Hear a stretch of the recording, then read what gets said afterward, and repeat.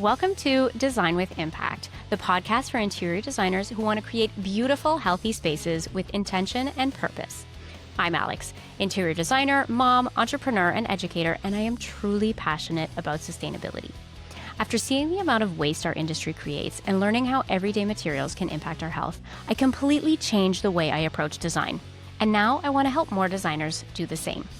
Each week, through solo episodes and conversations with industry experts, we'll explore sustainable materials, healthier homes, and circular design, along with practical strategies to reduce waste, grow a sustainable business, and market your work with intention, so you can create real impact without sacrificing aesthetics or profitability. Because sustainability isn't optional, it's the future of design.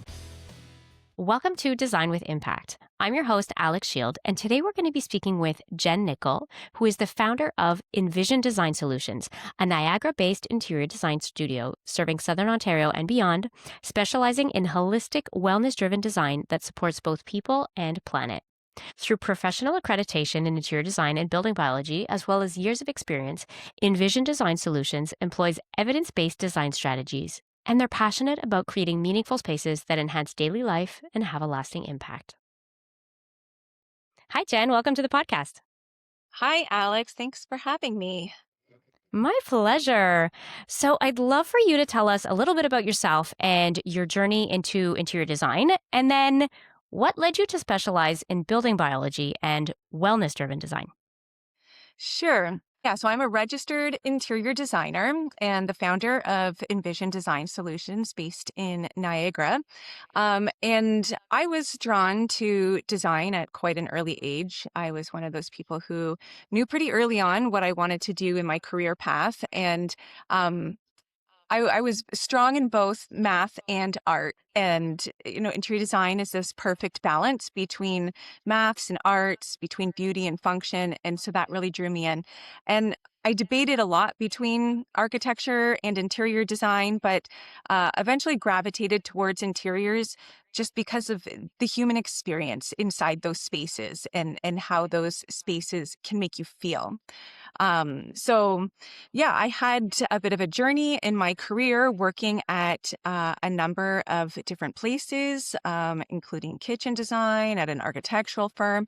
And fairly early on in my career, I was really taken back by the amount of waste created by the design and construction industry and the excessiveness in what people felt that they needed in their spaces. And then eventually to, the types of materials and systems that we're using and how that impacts people's health. I myself, when I would walk onto a job site where things were freshly painted in conventional paint or, a new vinyl floor was just installed, I instantly feel unwell. Dizzy, headaches, nausea, I don't feel good. And so it started getting me looking into it a little bit more and what do these chemicals do in the long term and how do they impact people's health when you're surrounded by them. So that led me to look into the WELL standard and then building biology. And that's created a framework for me to design better and more intentionally. That's so good. So I have a similar story in terms of when I started working for another design firm and started seeing the amount of waste. And it was so much. I couldn't believe how much waste, because you think of, all of these beautiful spaces, but you don't think of, but it had to come packaged in something, and the amount of construction or demolition waste is not something that we see on a regular basis. So that was a really big shock to me as well. So for interior designers who aren't familiar with building biology, what is it and why is it relevant to interior design? Yeah, so building biology is the scientific study of the impacts of the built environment on human health. And so that would include looking at things like indoor air quality, water quality, lighting, your EMF environment, your connection to nature. And really, it's just super important because we're spending more and more time indoors.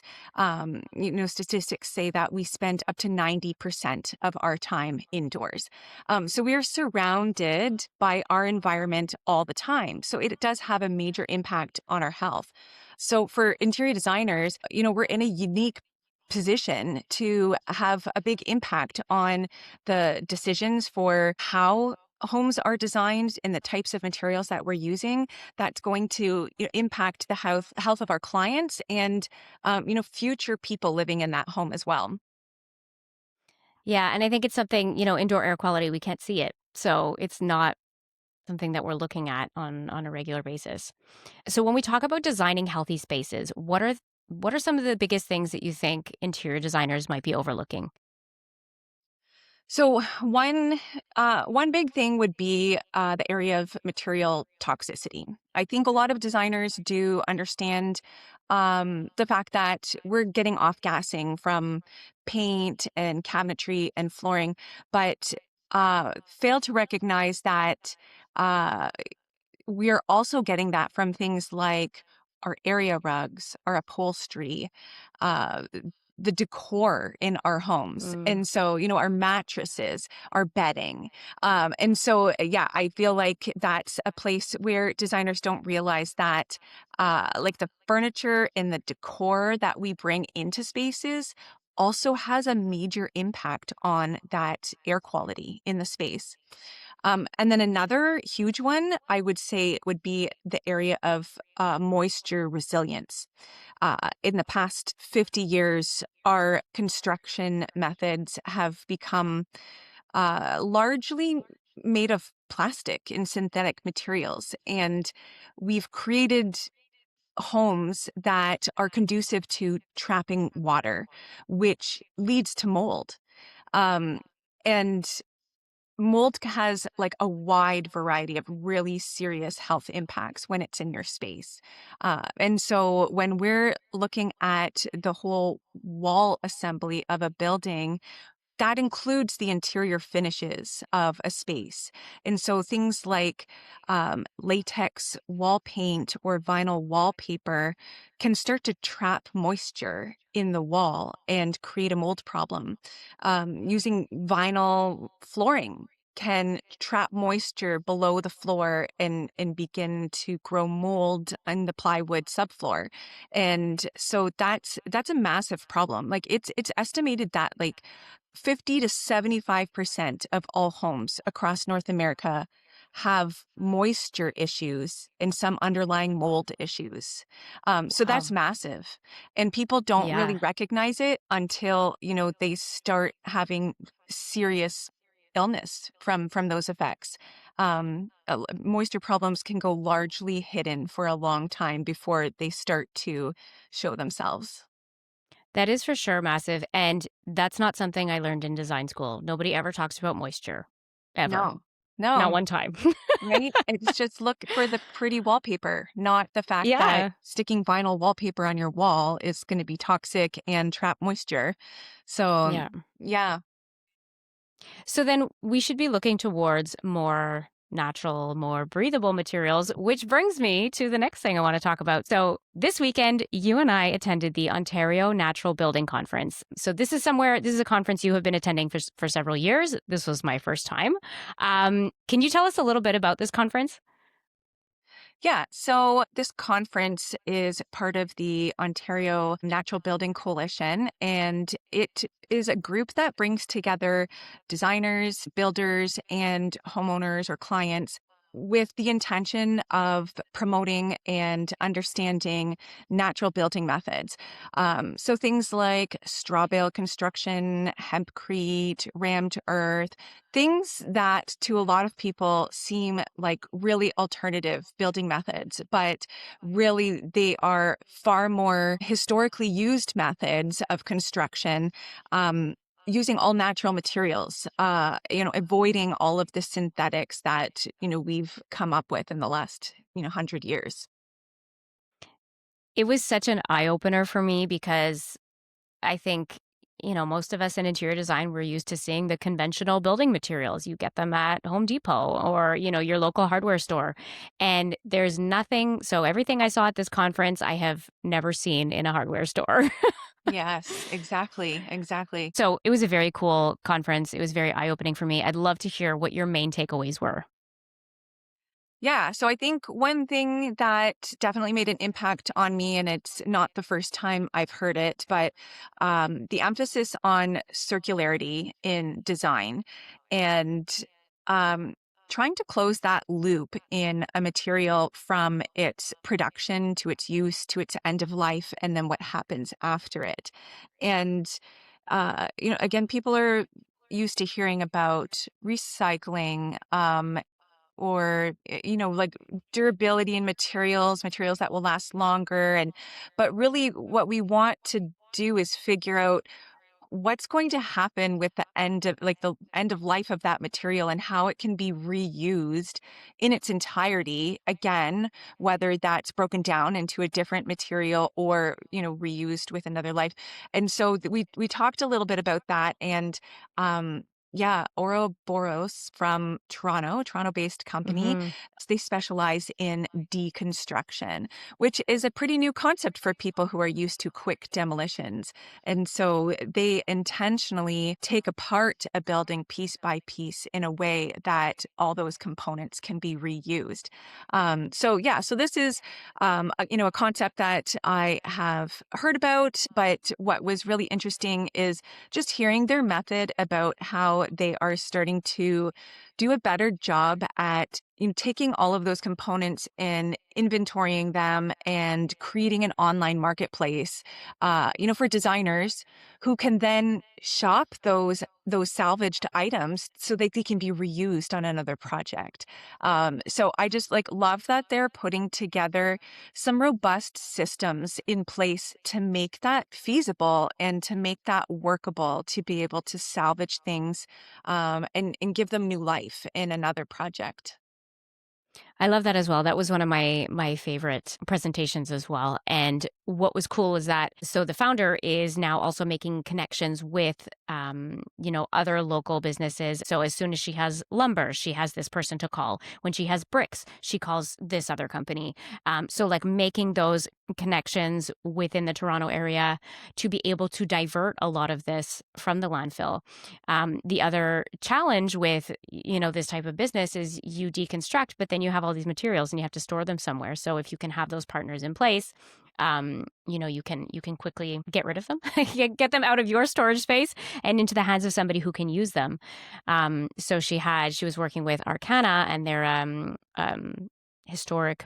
They do historic building restoration, Yeah, restoration and with masonry.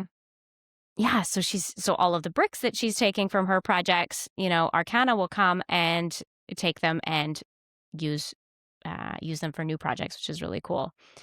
Um, I also loved so there was a lot of talk about insulation, different types of insulation, not just in the presentations at the conference, but also just in speaking to people. And so, as you mentioned, that people are talking about straw bale homes, or hempcrete is another one. And there was someone there who's developing an insulation made from local agriculture. So looking at not just the insulation and the R value and how it performs, but also its carbon footprint and the energy it takes to make this insulation, and where are the materials coming from. And then there was somebody else making insulation from seaweed. So there's all these really cool alternative materials. Those two are still in sort of their research phase, but the hempcrete and the straw bale, rammed earth is another one. There are actual homes. The homes are already built. People are living in them in different climates. It's not just someone built their own home. It's these builders are building these homes for a living, and there's people out there who actually I live in know, these and homes, and it's I think it's so for a cool. product like insulation, it's easy to overlook it and think like, oh, it's just in my walls. It's not going to impact me. But it, it's amazing how even the materials that go into your wall assembly, the toxins and the chemicals from those materials, they will eventually leach through and impact the indoor air quality. And then, but even more importantly too, is like, again, thinking about end of life, is that like no building will stand forever. And our buildings, unfortunately, only really have a lifespan of about like 50 years. And so, you know, building more durably is a good thing, but at the same time, every building's going to have an end of life, and what's going to happen to those materials? And so, if everything is plastic, like our homes are largely made out of plastic right now, and we all know that plastic takes thousands of years to degrade. Um, so building out of these materials, these natural materials like agriculture and seaweed, and they were using, not even adding chemical binders into these things, like really using all natural materials for all of the components of that product. So that means like literally your house can compost when it's at the end of its life. It's going to Imagine. degrade. It's going to go back to the earth. That is so cool. I want a house like that. Another well, I know, right? It just makes so much sense. Another presentation that I really enjoyed, and this was one that you unfortunately missed at the very end, was a company that specialized in these German-made radiant heating ovens. And they've got a fancy name, and I can't really remember how to say it, so I'm not going It to was very attempt to. German. Yeah. Yes, it is very German, and I Yeah. got the hang of it, but now it's just like it's been a day, 2 later, I'm not gonna try. But, this was a really traditional, uh, kind of like a wood stove for a home, but built in such a way that there's an internal shaft system that slows down the heat from escaping through the chimney, which allows the entire wood stove to radiate. It's built out of these ceramic tiles that can radiate the heat for hours and hours after a short fire in there. And so, like, one principle that, I've learned through building biology is that radiant heat is just a far healthier form of heat than any of the heat that we're using in most of our homes. Conventional forced air furnaces, I mean, it's just one of the most unhealthy ways to heat a house and the one of the most inefficient ways to heat a house. Like, warm air dissipates very quickly, and our ductwork, it just carries all of the toxins and dust and mold and things in our house, and it all gets trapped in the ducts, and it's not easy to clean those things out, and it blasts it through the house. So for so many reasons, forced air is just a really um, ineffective way to heat a home, and an unhealthy way. And True. so finding ways to heat your home through radiant heat is always going to be a healthier option. And so these ceramic stoves, like, they were just beautiful. Each one was custom designed and so unique with these colorful handmade ceramic tiles. Um, you can create other functions to them than just heating, in that you could have like a cook stove on it or a pizza oven integrated into it. Oh, You can cool. create like a bench on one side that becomes a cozy place to curl up. And yeah, it was a traditional thing that you would find in German homes, that, in a place that people would gather in the winter. And so, yeah, I was just in love with the fact that she was bringing this to Canada and resurrecting this traditional, science and art form in such a unique way. So yeah, again, just like another way to just heat a home in a more natural method, and create a much more comfortable interior environment. Yeah, for sure. I do want to give her credit, so I will add the name of this in the show notes, but I just pulled it up just to see if I could pronounce it, but anyways, it's Jessica Steinhauser. I can pronounce That's that, right. but Yes. it's Ketchelafen. Anyways, I'm probably not pronouncing it right, but I will add it in the show notes. It's like a Um, co- yeah. I cockle You want to oven. try? No? Yeah, I can't even. Okay. All right. That's okay. But anyways, Jessica, we will add your company name in the show notes.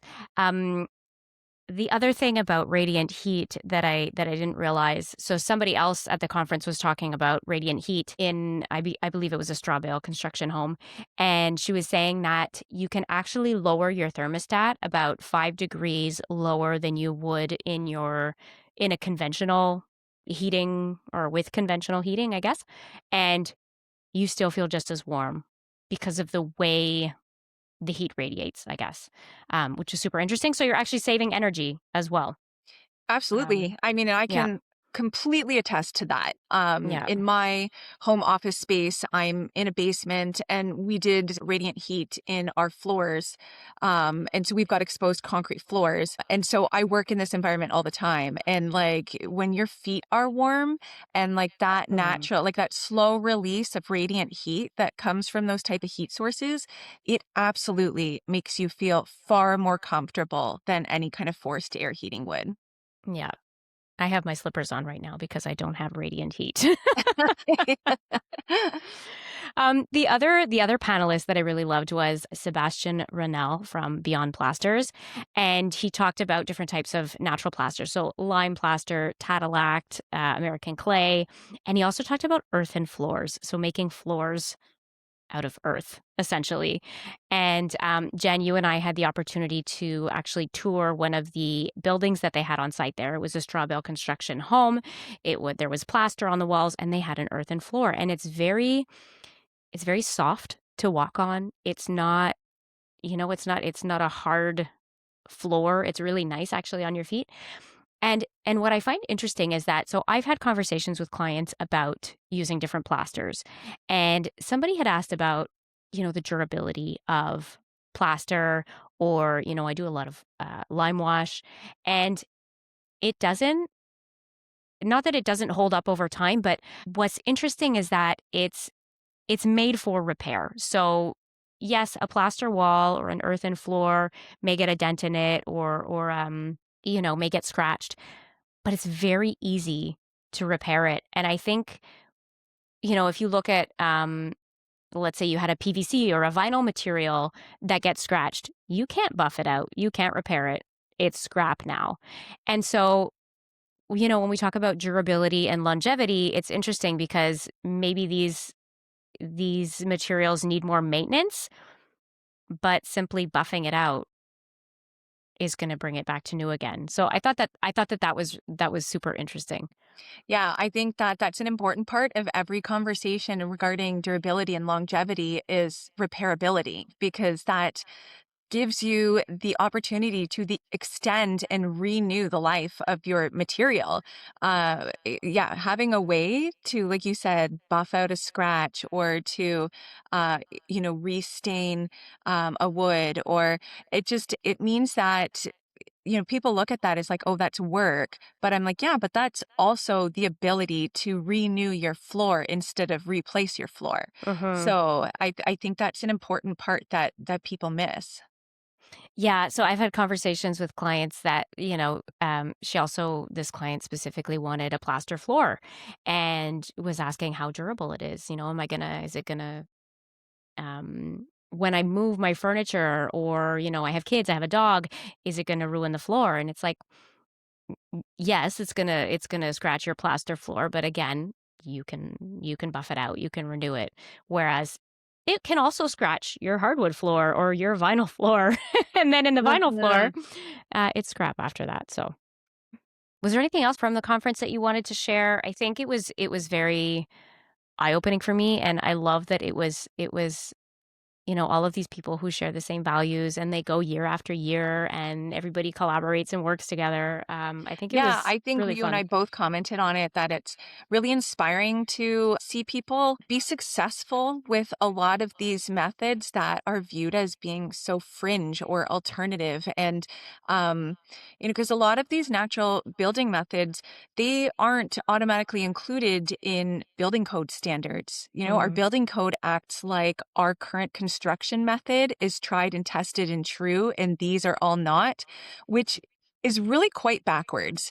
The buildings that have been standing for hundreds or thousands of years, those are buildings that are all made out of natural materials, out of mm, stone, earth, clay. Like those are the materials that have actually performed over the year, that have moisture resilience, that are repairable, and so people maintain them and they continue to exist.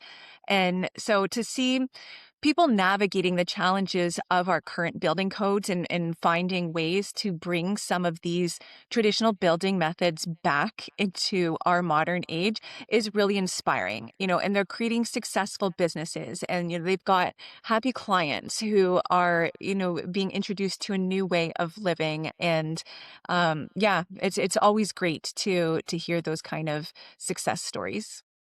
Yeah, and I mean, although this was very builder focused, I feel like I don't know.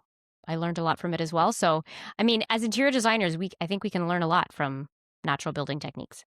Yeah, and I mean, even though like some of these building methods we're talking about are talking about the shell of the building, which is not something that as interior designers we're typically involved in, understanding those construction methods are super important when you're going to be addressing the interiors of those buildings.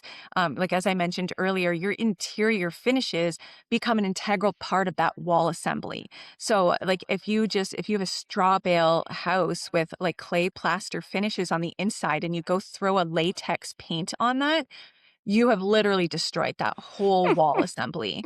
And so understanding those methods is super important if you're going to work in the interior of those buildings. And then even even in our conventionally built homes, we can always benefit from having more natural materials in there. Plastics and synthetics, as I mentioned before, they have this ability to trap moisture. Whereas natural materials, they actually have hygroscopic properties. And what that means, they have the ability to be able to hold water vapor within the cells of the material and safely release it again as humidity levels fluctuate on the interior of a home. So it seems a little counterintuitive. Like our thought is always like, oh, if we've got a steamy bathroom, we want to make sure we have all very waterproof materials, tiles and, plastic sheets and things like that. But natural materials actually are able to hold on to that moisture and to that water vapor that's in the air. And so understanding the properties of natural materials, and even to bring those into our conventional building, is like a really important way to create a healthy interior. Yeah, for sure. And I think a lot of people are maybe concerned about, so I came home and started talking to my husband about it, and he's like, okay, but like what about mice, or what about, oh well, if you're building a straw bale home, it's gonna just, it could just go up in flames. And I think what was really interesting is that all of these materials that we were looking at, they're all, they're pest resistant. They are naturally fire resistant, a lot of them. Or there are some natural fire retardants that we can add, not the harmful chemical ones. But they check all the boxes in terms of what you need a wall to be. And then even better, like you said, because then you don't get mold either. Yeah, and I mean, obviously, there's a wide variety of building methods, particularly in the natural building realm, and it's really important to look at your specific climate and which one of those methods are going to do best for your climate. So it's Right. not just to say like, every natural material is the best and can be used all the time. Like there's going to be a very big difference between building, where I am in Canada with a northern climate with cold winters and super humid summers versus, a Florida climate that's hot and humid all year round. Mm, right. Like conventionally and in natural building methods, you always have to select your construction method based on the climate. So Yeah. not everything is a perfect answer for everywhere. You do really have to understand the building science behind it Mm. and what's going to be appropriate for the right situation. Hey, my friends, if you want to stay in the loop on what's happening in the sustainable interior design industry, you need to get on our mailing list. Each month, we share industry updates, our favorite products and suppliers, and the resources and trainings we're genuinely excited about. You'll also get behind the scenes updates and be the first to hear what's happening inside the Design with Impact community. Our newsletter is curated specifically for designers who want to create healthy, more sustainable spaces. Join the list through the link in our show notes. There are so many different ways to build, and there are so many different material options. Right now, you're working on a passive house. So, can you explain the benefits of this type of build and what types of strategies are used for heating and cooling? So, Passive House is a building standard originated in Germany because those Germans are pretty smart with these kind of things. And it's designed to be extremely energy efficient and comfortable. So, it uses a super insulated, airtight envelope with high performance windows to reduce the heating and cooling needs by up to 90% compared to a conventional building. The Wow. windows are strategically placed in relation to the sun cycle, to maximize the heat of the sun on the mass of the walls so that it will naturally store and release heat as needed. So your heating needs are going to be a lot less. And so typically you can, use much smaller systems to be able to then add heating and cooling into those. You want to largely be able to do that um, by the use of the sun and the mass. The mass wall storage is a huge component of that. We're used to this light wood frame construction method where, our walls are all quite thin. There's no robustness to it. With a lot of more natural building methods or really high performance building methods, you have a far thicker wall assembly in there.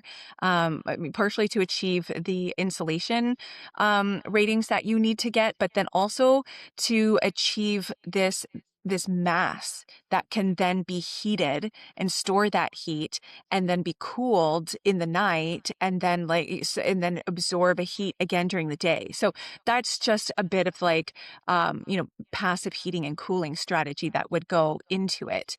But one thing to keep in mind with that, with passive house standards, you've created a really, really airtight home. And in any healthy home, that is a real important thing, is to have an airtight home. Um, but that's very different than a lot of the homes that, we're used to in the past number of decades that tend to be quite leaky. Because when you do have an airtight home, that means that all the air that's in there is trapped in there. So when you have toxic materials, you're just making it that much worse, right? Air quality is a huge component to an airtight home or a passive house standard home. So that's where it's really important to integrate other HVAC systems to exchange the air. So you want to look at systems like our HRVs or ERVs to bring in fresh air and to expel the stale air. And then you want to make sure that you're also using more natural, non-toxic materials inside the airtight home, just to ensure that your air quality is going to be healthy in there. So that's super interesting. You can build a super healthy any type of house, a very Well, well yeah. sealed house, but then you fill it with toxic materials and toxic furniture, and then it becomes not healthy anymore, Or even essentially. toxic cleaners. You Oof, have to yeah. really pay attention to Mm, even the lifestyle that you're going to live within that home. So when you start to bring in chemical cleaners, you're just bringing in all of these toxins back into your home that you tried. So very hard to not include into the mm, construction. wow. Definitely something to think about because I think, you spend all this money building this beautiful, healthy home, but then you may not know what's gonna keep your air clean inside. So, Well, I mean, and it's another point to consider is that many people will consider like a really high performance house like this. Like people are familiar with like net zero homes or, because they like the energy efficiency of it. And so, they're trying to achieve sustainability through energy efficiency. They're using less resources. Their bills are going to be lower on a monthly basis. And those are all good things, but looking at that alone is not going to give you a complete picture because you can build a high performance passive house standard home um, in a really unhealthy way, full of mm, plastic materials and mm, plastic products. But you could also build it in a very healthy way with many more natural materials. So okay. it's important to consider both of those aspects together, sustainability and health, because they Mhm. don't necessarily always go hand in hand. Okay. So I'm going to switch gears and talk about lighting for a minute because lighting is something that is, I feel like, often overlooked in design, especially in construction. Anyway, I just see a bunch of pot lights going in everywhere, but it plays such a big role in our well-being. So, can you talk about some of the lighting strategies that we should be implementing for wellness? Yeah, lighting is a huge area, you're right, that does often get overlooked or misunderstood. Mm, Um, our bodies are made to respond to the natural light cycle of the sun. The bright white light that we get in the morning stimulates alertness, while the warm light of the sunset, it triggers melatonin production for better sleep. So this is all part of our circadian rhythm. Our mm, bodies are meant to function on um, a 24-hour circadian rhythm that's largely influenced by the light of the sun. So it impacts our bodily processes, our sleep patterns. And for a healthy indoor environment, we really want to maximize our exposure to that natural daylight because we do spend so much time indoors. We're not getting the amount of sunlight exposure mm. that we should to be able to help our body um, be supported in that circadian rhythm. So, as much as we can, we want to maximize our natural light. But certainly in more northern climates where you don't get that much natural light either, we are much more dependent on artificial light. So the other half of that is that you really want your artificial light to mimic natural light as much as possible and reflect the characteristics of the sun. So that means you want to look at, cooler, brighter light during the day from overhead sources like that are more indirect, kind of the way that we experience the sun, to support alertness and wakefulness, and looking at warmer, dimmer lights in the evening from sources that are lower down. So, like lamps or Mm. sconces, things that are going to be more reflective of your sunset light, eliminating all of the blue light in the evening. And that's going to help support proper sleep patterns. Um, and layering that lighting is really important because, like, the sun is a pretty amazing device that can provide all of those different types of light when we need it. And we don't have a light source that does that. So, we want to make sure that we're layering our light, different types of light for daytime, for evening, for ambient task and accent lighting, and separating the controls for those so that we know that we're using our brighter, whiter overhead lights during the day, and we're using our warmer lights in the evening. But another point Okay. that, like, sorry, go ahead. No, no, you go. Go for it. I was going to say another point that people miss, even after understanding circadian rhythms, is the actual quality of the light that Mm. we're using. Not all warm light bulbs are the same. And we live in a time where, LED technology has come a long way and has been highly promoted to the point that, incandescents have been essentially annihilated from the market. But as LEDs become more and more used and researched, they are finding out there are many aspects of LED lighting that work against our body's natural expectations of light.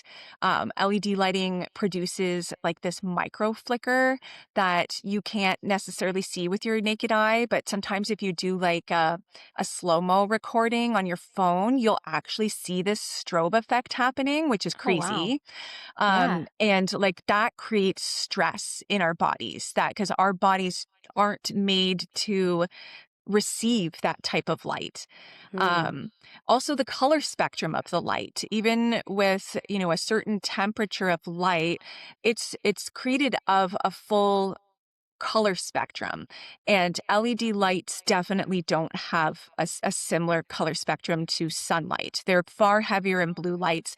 They don't have as many of the red lights. They've got a very different spectrum pattern. So Mm.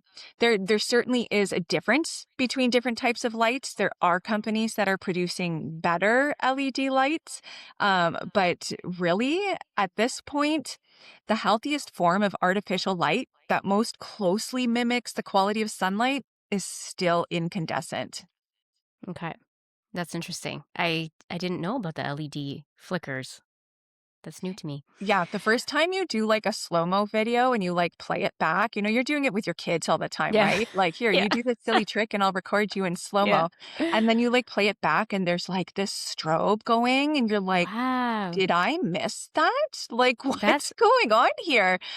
that's Um, crazy. yeah, I mean, a lot of LEDs have improved a little bit that they aren't that obvious, the flicker, but even the ones that aren't detectable, like at the slow-mo camera, like when you slow it right down, there's this tiny micro flicker that's like this pulsating that's happening with Mm. the light all the time. Wow. So when we go back to natural daylight, what are some practical ways that we can maximize our natural light in a space? So foundationally, your first step is to always consider your site orientation and your window placement. This is going to be super important in maximizing your natural light. If you can maximize your southern exposure, particularly in northern climates like ours, it takes advantage of the low southern sun. So, like during the winter, so you can get all of the benefits of the light and warmth of the sun during the day when it's low in the sky. And putting your living spaces there where you get the most exposure to the sun in those colder, darker months is going to maximize the sunlight for you. And then, like looking at east-facing windows are a great option for bedrooms where you get the rising sun in the morning, so you can wake up to that daytime sun. Using western windows for entertaining spaces that are going to be used more in the Mm, afternoon or in the evening. So these are crucial considerations when you're building new, but we're not always in a position that we can do that. Sometimes mhm. you're in an existing house and, all your windows are on the north, which gives you no light. And you have to do what you can do. So some strategies that you can use in an existing condition, um, you can always consider adding skylights or solar Mm, tubes to rooms that don't have great window exposure or don't have a lot of light coming in. You can use lighter finishes and reflective materials and surfaces that will bounce the light deeper into the space. You can consider things like transom windows or interior glazing that will then share light between rooms that maybe don't get very much light. Um, and then on top of all of that, it's important to look at your ability to control that light at certain times of day. Like if you're looking at a western exposure in your kitchen right by the sink, you're going to get a really strong direct light in that late afternoon right when you're prepping for dinner, and it's going to shine right in your eyeball and it's not going to be comfortable, and your inclination is going to be to like block it all out. So using things like window shades that can cut the glare but still maintain some view and some light penetration will maximize the light even in those challenging circumstances of window placement. okay. Yeah, I think again, it's something that we don't necessarily consider when we're building. I mean, if we're already in the home, then, that those are some good strategies, but when we're building, yeah, make sure you're facing the way you want to be facing when you're buying your land to build your home. So, if more designers started incorporating building biology principles, how do you think it would change the way we experience our homes? Well, I think that our homes and our spaces would feel calmer, more balanced, and they would be more supportive of healthy lifestyles and being connected to nature. Um, and being reflective of the qualities of nature. Really, as human beings, we have an innate desire to be connected with the natural world because that's how we've been created. We feel at our best when we're surrounded by nature, and our bodies are designed with circadian rhythms to respond to the rhythms of nature. Um, People might not always be able to pinpoint why a healthy home feels different, when you're designing with building biology principles, but you would start to sleep better, feel more at ease, have fewer sensitivities to your environment. And in time, you would see lower rates of chronic disease, of cancers, of mental health issues. Really, I think it's one of the fundamental ways, just like healthy eating and healthy exercising, it's one of the fundamental ways to improve wellness in your life so Mm. that you can, live your best and healthiest life. And that's what we all want, ultimately, right? Yes. So, what is one shift that you would love to see happen in the design industry when it comes to health and sustainability? Um, More transparency. It's a big one. Mm. Transparency in material ingredients and better Mm. testing um of chemicals and restrictions over chemical production. We have over 80,000 chemicals in production. And that has been, again, more or less within like the last 50 years that all of these chemicals have come into production. And Wow. guess how many of those have actually been tested for like human health and safety? Take a guess. Like 5%. Less than 5%. Less than You're 5%. probably at about like Wow. 3% of these chemicals have actually been tested for human health and safety. Like we Wow. all just assume that if things are sold at a store, that they have to be safe for us. And it's just not true.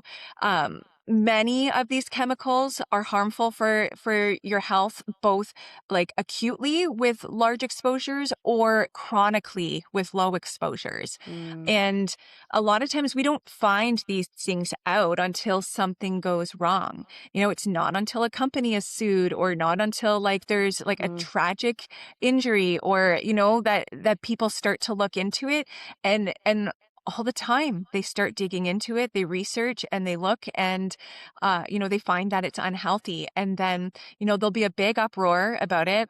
And then they'll quietly replace it with another chemical of a similar kind.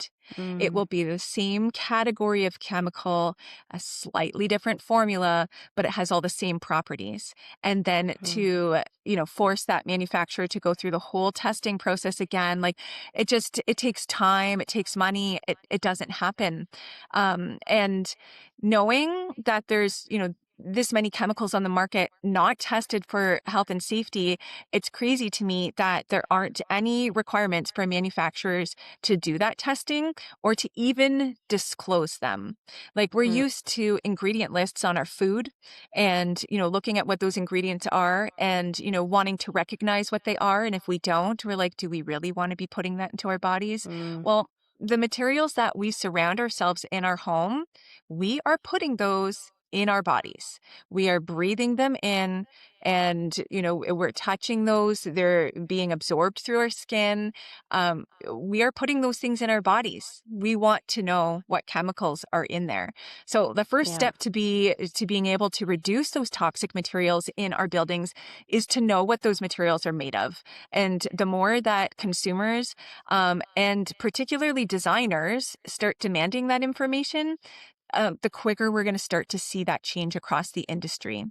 Yeah, I agree. I ask a lot of questions to my suppliers, and sometimes they have no idea what I'm talking about.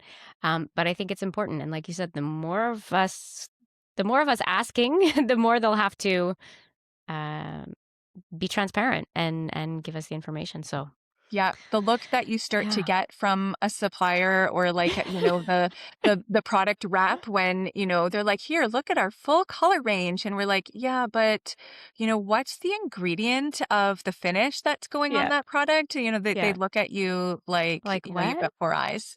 Yeah. Yeah. So you and I also went to the interior design show in Toronto in January, and there was one booth.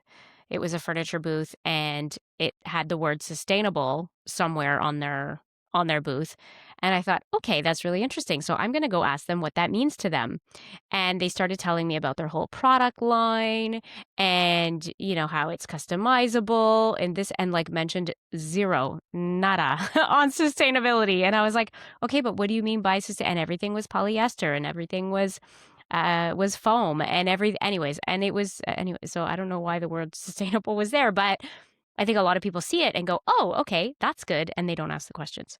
So, There's no Yeah. regulation on the terms like No. organic or sustainable or healthy or or green or there's no requirements that people need to use in order to use that terminology or that Yeah. language, and it's unfortunate because it can be very misleading. A manufacturer can latch on to one small property of their product and blow that up to be like, this is the most sustainable thing you can do because Yeah. we use 5% post-consumer recycled material. Yep. I'm totally with you on that. Well, Jen, thank you so much for joining us. I always have such a great time chatting with you. Before we go, if our listeners would like to connect with you, where can they find you? So you can find us on our website at envisiondesign.ca. I'm also on Instagram at @jennickel_envisiondesign. And yeah, you can find us on LinkedIn as well. Um, I don't know what my tag is for that, but I'm there too. So I will find you and I will add all of that in the show notes. yeah, awesome. Thank you. Thank you so much, Jen. Thanks so much for having me. Thank you so much for listening. If you enjoyed this episode, I would love for you to follow the podcast, share this episode with another designer so we can make an even bigger impact, and leave a review so more designers can find this podcast and we can continue to grow this community. Also, I challenge you to take one sustainable practice from this episode and incorporate it in your business or your next project. And I want to know what it is. Send me a DM over on Instagram at designwithimpact_. I would love to hear from you. Thank you for being here.